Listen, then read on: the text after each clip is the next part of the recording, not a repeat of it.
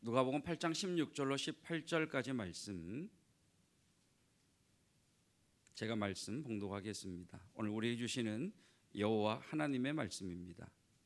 누구든지 등불을 켜서 그릇으로 덮거나 평상 아래에 두지 아니하고 등경 위에 두나니 이는 들어가는 자들로 그 빛을 보게 하려 함이라. 숨은 것이 장차 드러나지 아니할 것이 없고 감추인 것이 장차 알려지고 나타나지 않을 것이 없느니라. 그러므로 너희가 어떻게 들을까 스스로 삼가라. 누구든지 있는 자는 받겠고 없는 자는 그 있는 줄로 아는 것까지도 빼앗기리라 하시니라. 아멘. 아멘. 네. 전세대 연합 예배입니다. 혹시 여러분 오늘 제가 이제 전세대 다음 세대 친구들이 많이 나올 줄 알고 이런 질문을 한번 준비를 해봤어요. 혹시 이게 뭐냐 이렇게 이제 다음 세대 친구들에게 보여주실래요? 이게 뭐냐 이렇게 물어보려고 준비를 했는데 모르시는 분 없으시죠? 맷돌이죠, 맷돌. 자, 다음 그림을 보시면 맷돌에 손잡이가 없어요, 그렇죠? 자, 맷돌에 손잡이가 없는 것을 뭐라 그러는 줄 아세요? 어처구니가 없다라고 그래요. 어처구니가 없다. 그러니까 맷돌 손잡이의 이름이 어처구니예요. 어처구니. 저 손잡이가 있어야 맷돌을 돌리는데 이 손잡이가 없으면 맷돌을 못 돌리잖아요. 그것처럼 말도 되지 않은 소리를 할 때 사람들이 맷돌에 손잡이가 없다라고 하는 말을 어처구니가 없다라고 이야기를 합니다. 이전에 말씀드렸던 것처럼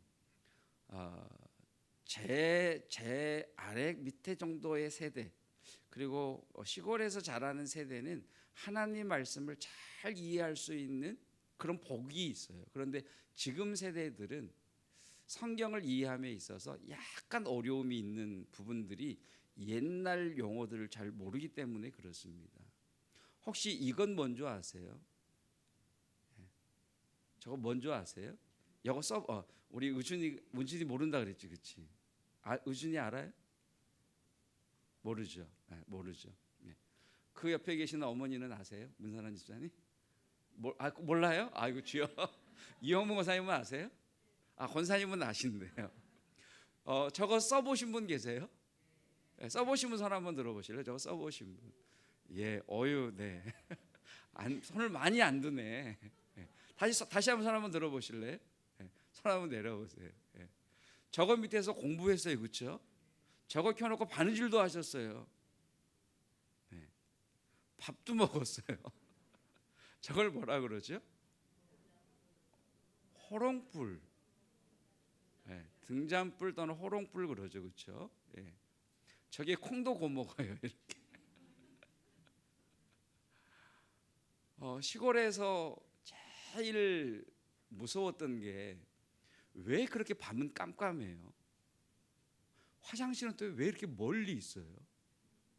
왜 또 화장실은 돼지우리 옆에 있죠? 그러니까 밤에 자다가 화장실 한번 가려면 너무 무서워요. 랜턴이 있는 것도 아니고.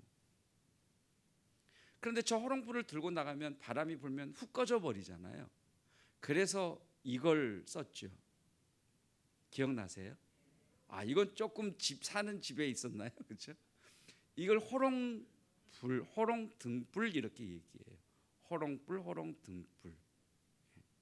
자, 16절 말씀을 보시면 16절 말씀에 등불이라고 하는 말이 나오죠. 앞에 그 호롱불 그림 다시 한번 보여주실래요? 다음 그림. 네. 그 호롱불 등대 있는 거. 네, 다음 그림. 네. 자, 6절 말씀에 보시면 등불이 나오죠. 자, 앞에 그림을 잠깐 보시면 이 호롱불을 받치는 받침을 등경이라고 그래요. 등경. 그렇죠? 그래서 옛날 속담에 이런 것 아세요? 저 호롱불을 이렇게 받침에 올려둔 이유는 높은 곳에 있어야 밝게 멀리까지 비추기 때문이죠. 그런데 이 호롱불 아래에 있는 이 부분은 어둡잖아요, 그렇죠? 그래서 나온 속담이 뭐래요? 등잔 밑이 어둡다라고 하는 말이 나오는 거죠. 그러니까 이걸 써보신 분들은 그냥 이해가 되는데 이걸 안 써본 다음 세대들은 이게 뭐지? 이렇게 되는 거죠. 16절 말씀 보실까요? 16절. 자, 등불이 나오죠. 등불이 나오고 그릇이 나오죠. 그릇이 나오잖아요. 이것이 마태복음에서는 말로 나오나? 예. 자, 그 이스라엘은 단칸방에 사는데 창문이 없어요. 단칸방에 사는데 창문이 없는데 이 등불을 켜놓고 하고 불면 연기가 확 나와서 끓음이 냄새가 있잖아요. 그래서 등불을 끌 때는 그릇으로 덮어버리는 거예요. 그래서 그릇이라는 단어가 나와요. 등불, 그릇, 평상은 뭐 식탁 이렇게 일하시면 좋을 것 같고 등경 이런 단어들이 나오죠. 방금 말씀드렸던 그런 내용들입니다. 그러니까 이 16절 말씀에서 우리가 주목해야 될 것이 등불을 켜다라고 되어 있잖아요. 등불을 켜다 이렇게 되어 있는데 이 성경은 참 재미있어요. 이 등불이요 주어예요, 주어. 그러니까 등불이 스스로 켜진다 이런 표현이에요. 무슨 말이냐면 불이 우리에게 비친다라고 하는 말입니다. 등불이 우리에게 비친다. 그러니까 하나님 나라가 임하셨다, 예수님이 오신다처럼 등불이 우리에게 온다라고 하는 의미를 가지고 있습니다. 여기서 등불은요 그냥 여러 등불 가운데 하나가 아니고 딱 집어서 그 등불 이렇게 되어 있어요. 그러니까 누구든지 그 등불이 비추는 사람은 이런 의미예요. 등불이 비춘다라고 하는 의미죠. 그러니까 이 말씀 아시겠죠? 누구든지 등불을 켜서 그릇으로 덮어 그럼 꺼져버리는 거죠. 평상 아래 식탁 아래 두면 빛이 밝게는 못 나가죠. 등경 위에 둔다. 등경 위에 두는 이유는 들어가는 자들로 그 빛을 보게 하려 함이라라고 말씀을 하십니다. 그러니까 이 말씀은 이런 거죠. 빛이신 주님께서 우리에게 오시는 이유는 우리를 밝게 비추시기 위해서이시다입니다. 2월 말씀 주제가 임파워먼트인데요. 하나님의 권능이 우리에게 부어지고 주의 권능이 우리에게 임하는 것인데 임파워먼트라고 하는 주제를 정한 이유가 누가복음 1장 78절 79절의 말씀 때문이었어요. 누가복음 1장 78절 79절 제가 2차로 보내드렸었는데 제가 그냥 읽어드릴게요. 이는 우리 하나님의 긍휼로 인함이라. 이로써 돋는 해가 위로부터 우리에게 임하여 어둠과 죽음의 그늘에 앉은 자에게 비치고 우리 발을 평강의 길로 인도하시리로다. 이 말씀을 읽는데 하나님의 말씀이 탁 닥쳐와서 하나님의 말씀이 다가와서 제게 깨닫게 해주시는 것이 하나님의 빛이 돋는 해처럼 쭉 밝게 비추는 거예요. 여름에 그 뜨거운 태양이 비추는 것처럼 그 태양이 우리에게 임하면 어둠과 죽음의 그늘에 앉아있는 그에게 하나님의 빛이 임하면 그 사람이 치유되고 아멘 회복되고 아멘 고쳐지게 되고 그래서 그 사람이 죽음과 그늘에서 일어나 평강의 길로 걸어갈 것이라고 하는 이 그림을 보여주신 거예요. 그래서 2월 말씀 주제가 하나님이 임하시면 해결되겠구나. 하나님의 빛이 임하시면 죽음의 어둠의 그늘에 앉은 자가 치유되겠구나. 주의 권능이 필요하다. 그래서 임파워먼트예요. 여러분 이 하나님의 빛이 여러분에게 임하시기를 축복합니다. 이게 등불이 켜진다는 의미예요. 여러분 하나님의 빛이 임하면 코로나19 다 떠나가고 여러분 모든 병도 치유될 줄로 믿습니다. 하나님의 빛이지요.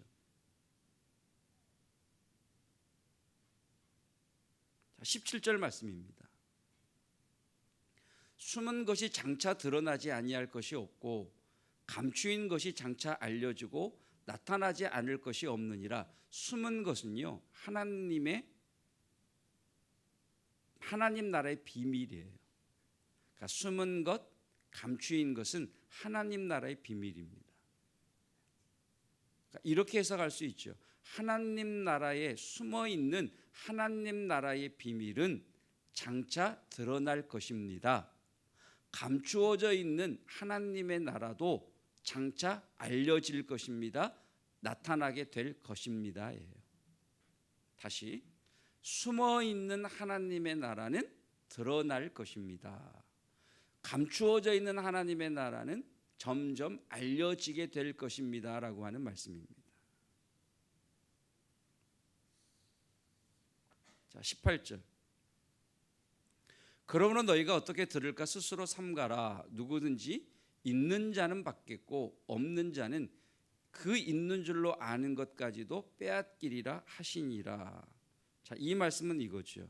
가진 사람은 더 가질 것이다. 그러나 없는 자는 그 있는 줄로 아는 것까지도, 가진 것마저도 빼앗길 것이다라는 말씀이죠. 말 그대로 부익부 빈익빈의 말씀이죠. 자, 여기서 가지다라고 하는, 누구니 너희가 이렇게 들을까 스스로 삼가라, 있는 자, 있다라고 하는 이 말이 무엇을 나타내고 있는 말씀이냐면 그 등불이에요. 그 등불. 그러니까 그러므로 너희가 어떻게 들을까 스스로 삼가라. 누구든지 등경 위에 켜 있는 등불이 있는 사람은 받겠지만 없는 자, 그릇으로 덮어버리는 자나 평상 아래 두는 그 사람은 그것까지도 빼앗기리라라고 하시는 말씀이세요. 자, 이 말씀 다시 설명드리겠습니다. 예수님께서 하나님의 비밀을 가지고 계십니다.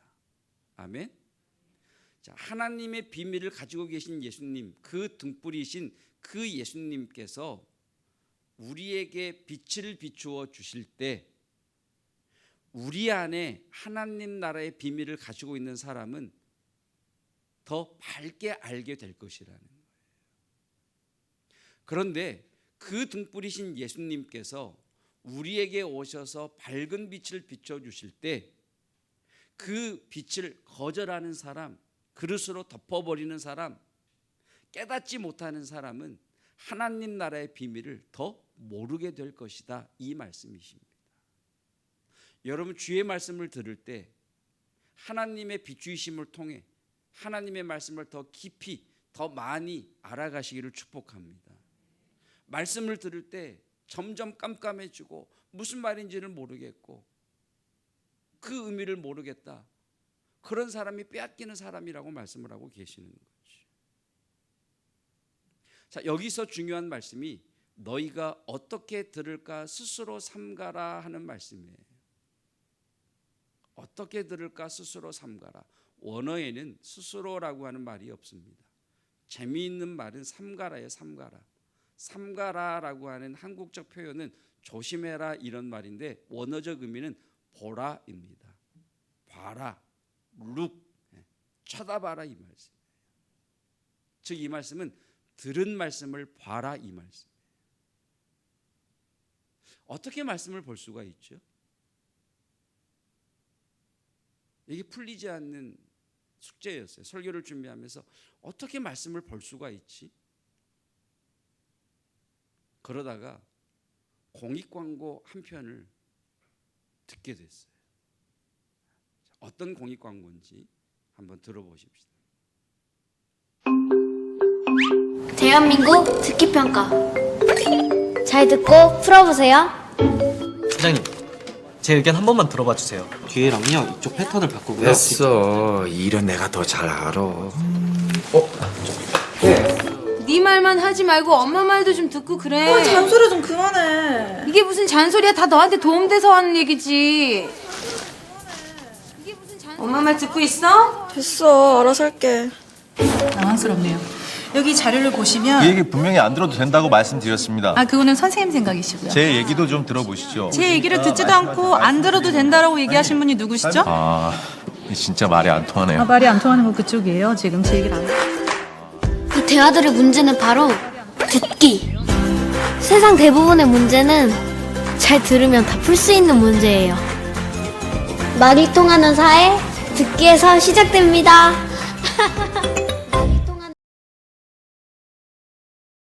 이해가 되시죠? 공감이 안 되시나요? 저 공감이 100% 되던데요. 왜 소통이 안 되죠? 안 들으니까. 들어도 자기 생각대로 들으니까. 다툼의 원인, 다툴 때 하는 말, 내 말 좀 들어봐, 내 말 좀 들어봐. 여러분 잘 들을 수 있기를 축복합니다. 주님도 말씀하시잖아요. 믿음은 들음에서 난다. 듣는 은혜가 있기를 축복합니다. 그것과 함께 들은 말씀을 본다는 게 뭘까를 묵상하다가 생각나게 하신 말씀이 요한일서 1장 1절 7절 말씀이에요. 태초에 있는 생명의 말씀에 관하여는 우리가 들은 바요, 눈으로 본 바요, 자세히 보고 우리의 손으로 만진 바라. 지금 사도 요한은 말씀을 봤대요. 말씀을 들은 게 아니라 만져봤대요. 그가 빛 가운데 계신 것 같이 우리도 빛 가운데 행하면 우리가 서로 사귐이 있고 그 아들 예수의 피가 우리를 모든 죄에서 깨끗하게 하실 것이요. 그 빛이신 예수님과 사귐이 있으니까 말씀이 만져지더라, 말씀이 보이더라 라고 말씀하고 있습니다. 여러분 들은 말씀을 보기 위해서는 주님과의 사귐이 있으셔야 돼요. 사귐이 있기를 축복합니다. 왜 말이 안 통하죠? 사귐이 없으니까. 그래서 오늘 말씀의 결론은 사귐이에요. 사귐. 말씀과 사귐. 여러분 사귐은요 그냥 아는 것이 아니죠. 사귐은요 함께 하는 거예요. 여러분 이 사귐은요 일방적이지 않습니다. 자, 사귐이 있는데 나 혼자만 그 사람을 좋아해. 나 혼자만 그 사람을 좋아하는 걸 뭐라 그러죠? 짝사랑. 이게 심하면요 집착. 그리고 더 심하면요 스토커. 여러분 사귐은 같이 하는 거예요. 같이. 일방적인 사귐은요 사귐이 아니죠. 여러분 하나님도 저와 여러분을 사귀기를 원하십니다. 아멘. 하나님은 저와 여러분을 사귀기를 원하세요. 그런데 하나님께서요 그 전능하신 하나님께서 당신 스스로 한계를 지우셨어요. 하나님은 우리에게 오셔서 나 너 사랑한다, 너 나하고 사귀자 이렇게 말씀하시고 우리 마음을 확 움직이시면 우리가 주님과 사귈 수 있는데 하나님은 스스로 당신의 한계를 정하셨어요. 어떻게 정하셨느냐? 우리가 반응하지 않으면 주님 홀로 사귀지 못하도록 스스로 한계를 정하셨어요. 여러분 주님은 여러분을 사랑하십니다. 주님 우리를 사랑하십니다. 이미 사랑하시고 지금도 사랑하고 계십니다. 아멘. 그런데 주님이 우리를 사랑하신다는 이야기를 아무리 많이 들어도 내가 주님을 사랑하지 않는다면 그것은 사귐이 아니에요.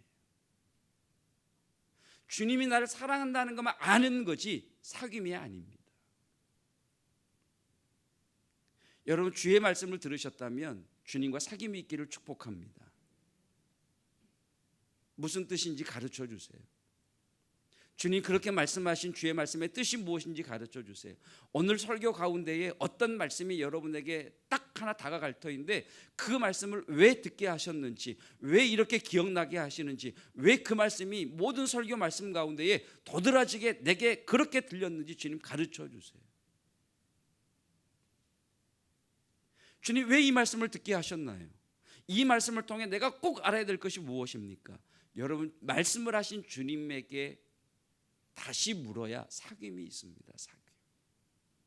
그것이 주의 말씀을 본 바요, 그것이 주의 말씀을 만진 바가 되는 거예요. 그 사람에게 말씀은 역사하실 것이고 말씀은 능력으로 우리에게 경험되어질 줄로 믿습니다. 사귐은 일방통행이 아니죠. 사귐은요 깊어져야 돼요. 깊어져야 돼요.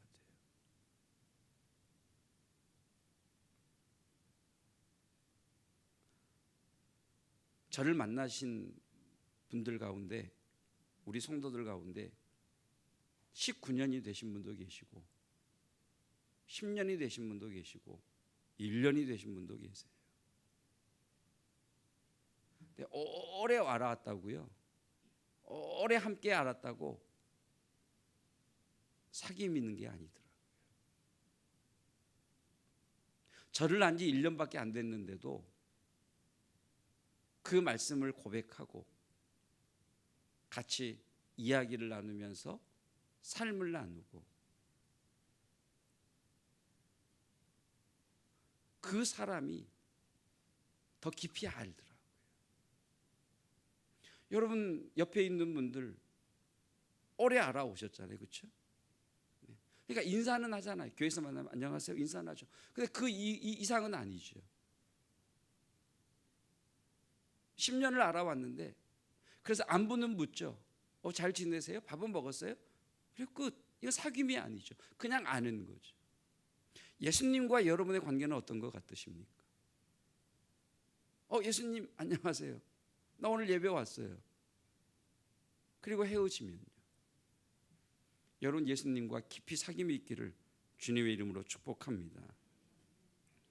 이 말씀은 자, 이 말씀을 묵상하면서 유대인들이 얼마나 주님의 말씀을 많이 들어요.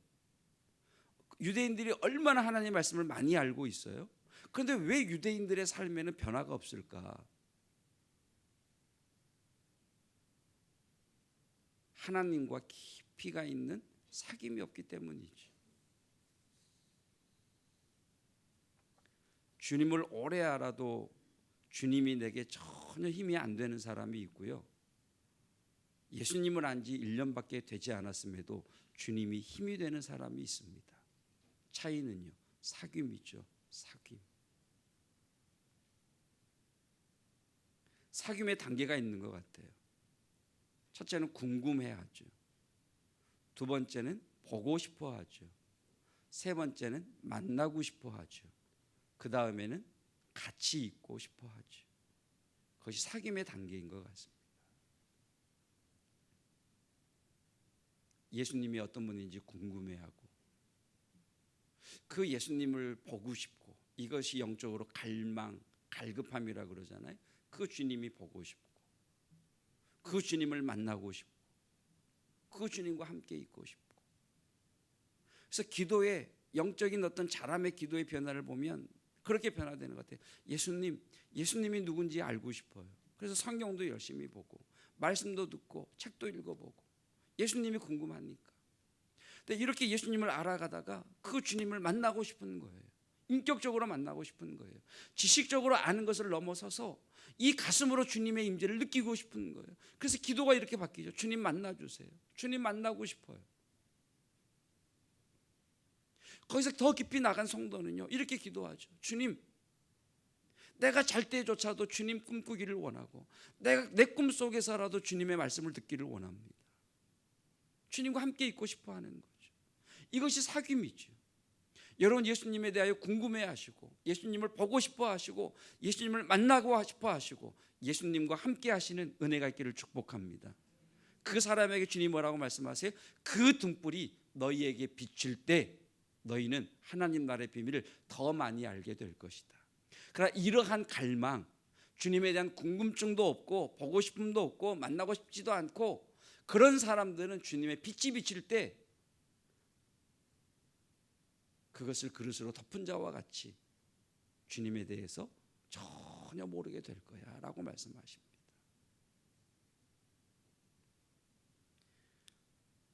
사귐은 우리를 변화시키는 힘이 있습니다. 예수님께서 삭개오를 만나시죠. 주님이 삭개오를 만나셔서 삭개오야, 너 왜 그렇게 사니? 너 나와 사귀려면 남에게 빼앗은 것이 있다면 다 갚아야 돼. 너 거짓말해서 속여서 빼앗은 것이 있다면 2배로 갚아줘야 돼. 네가 불이하게 얻은 그 소득 있잖아. 그 전부 50%는 사회 환원해야 돼. 그리고 와서 나와 사귀자. 이렇게 말씀하지 않으셨어요. 주님과 삭개오의 사귐이 일어납니다. 주님을 보고 싶어하고 예수님에 대해 궁금했던 삭개오가 예수님이 보고 싶죠. 그래서 뻥나무 위로 올라가요. 그 예수님이 보고 싶어서 갈급하던 그가 예수님을 만나죠. 사귐이 일어나죠. 그랬더니 예수님과 사귐이 일어나니까 삭개오의 마음에 뭐가 고백이 되냐면, 예수님, 내가 남을 속여 빼앗은 것이 있다면 2배나 갚을 거고요. 내가 남에게 빼앗은 것이 있다면요, 그것을 갚을 것이고요. 내가 내 재산을 사회에 다 환원할 거예요. 주님이 하라고 말씀하지 않으셨어요. 사귐이 일어나니까요, 변화가 일어납니다. 아멘. 이것이 복음이에요. 복음. 복음은요, 우리에게 율법처럼 무엇을 하라, 무엇을 하지 말라고 말씀하지 않으세요. 여러분, 예수님을 만나면 내가 변화됩니다. 여러분, 예수님과 사귐이 일어나면 내가 변화됩니다. 이것이 말씀을 경험하는 거죠. 주님을 만나면요, 내가 자녀에게 이렇게 하면 안 되지. 주님이 변화시켜 주시는 거예요. 주님과 사귐이 일어나면요, 내가 배우자에게 이렇게 하면 안 되지. 변화 역사가 일어나는 거예요. 주님을 만나면요, 내가 이렇게 사람들을 속이면 안 되지. 변화가 일어나는 거예요. 왜 변화가 일어나지 않느냐? 주님과 만남이 없기 때문에. 아니, 주님은 아는데 깊이 사귀지 못하기 때문에. 아니, 주님이 빛을 비춰주셨는데, 그래서 드러나게 하셨는데 그것을 그릇으로 덮어버렸기 때문이에요. 여러분, 주님을 만나는 그 은혜가 있기를 축복합니다. 그럴 때 변화의 역사와 우리의 삶의 밝음의 역사가 일어날 줄로 믿습니다.